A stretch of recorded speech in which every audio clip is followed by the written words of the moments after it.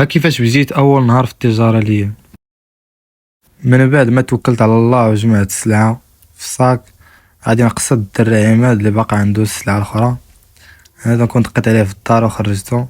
المهم هزينا السلعه وقصدنا ان شاء الله الرحمن الرحيم السوق اليوم هو سوق لحد سيد زوين، تيكون عامر نهار السبت في العشيه. سيد زوين المهم الناس تاع المنطقه راه عارفين. صافي التفريشه هنا تكون كملات فرشت، المهم تخربقات تيبقاو عرفتي العيالات تيبقاو تيقلبوا هكا. المهم داكشي جاري به العمل، ضروري غادي تبيع ضروري غادي تشري.